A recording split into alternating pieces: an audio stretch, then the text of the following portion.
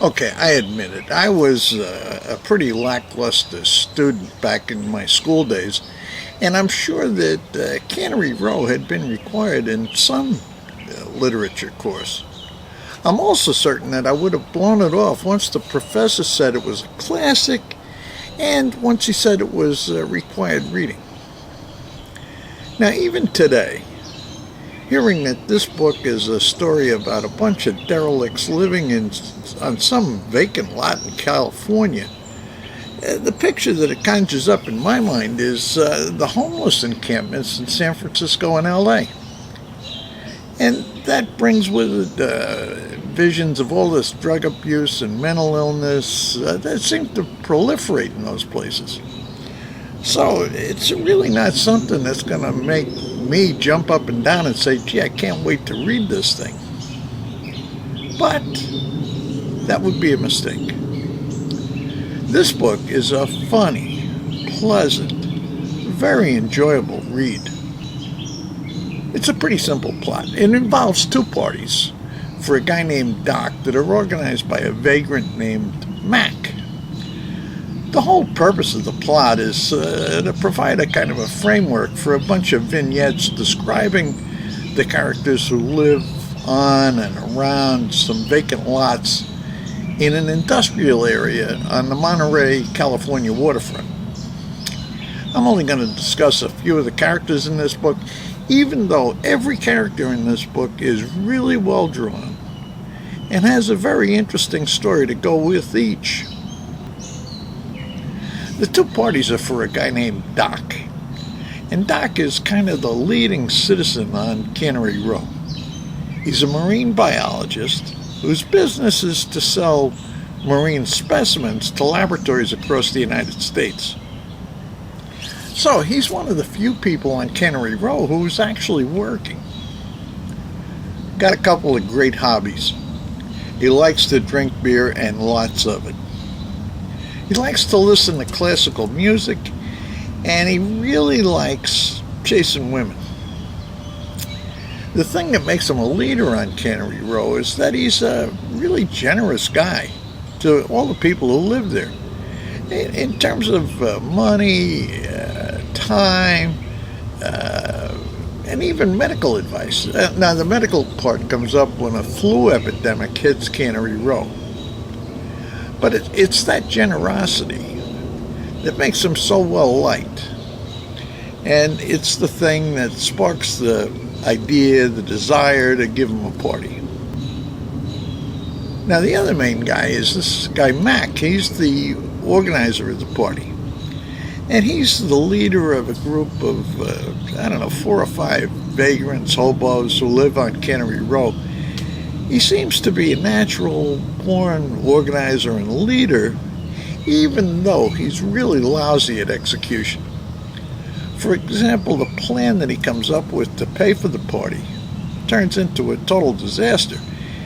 It involves rehabilitating a truck, then going someplace to capture hundreds of frogs that Doc will be able to sell as specimens. This frog head turns into a major drunken binge. But they do get the frogs, and the frogs even become local currency for a while on Cannery Row.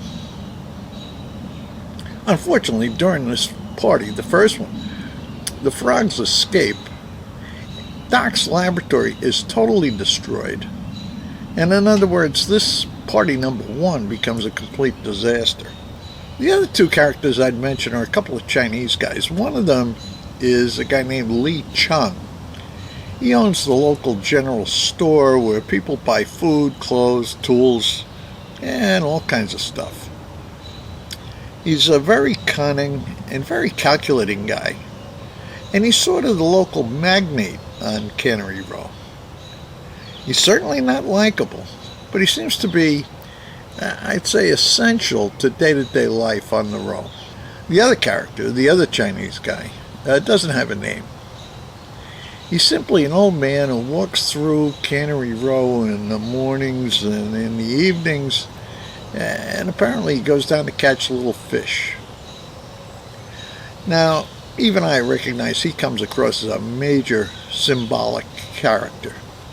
When I say this character is symbolic, I have to point out that even I recognize in reading this that there are a lot of symbols embedded all around in the text. For example, Mac and his buddies are equated with the virtues. There's a crazy little vignette at the end about a gopher. Doesn't seem to have much to do with anything. At another point, some kid sees a vision in the eye of the nameless Chinese guy. So there are a ton of symbols in this text. Now, all these symbols have given rise to a lot of interpretations of the book. Some of them have to do with economics, capitalism, socialism, and so on. Some thoughts about anthropology and Eastern philosophy. I'm going to admit I didn't get any of them while I was reading the book. I knew there were symbols, but I didn't figure them out. So I was simply enjoying the book too much. Thinking about it, I've got to say that this is probably what makes a book good, or makes a book a classic. For the people who really enjoy figuring out theories based on hints, clues, symbols that the author throws in the text, it's going to be great. For other people like me, we're just going to read it because it's enjoyable. And frankly, I fall clearly into the superficial entertainment camp. But I was gratified to find out that John Steinbeck said that he wrote this because some soldiers had asked him to write something funny. Now, of course, there's no reason he can't be both funny and philosophical at the same time, and maybe that's what he did.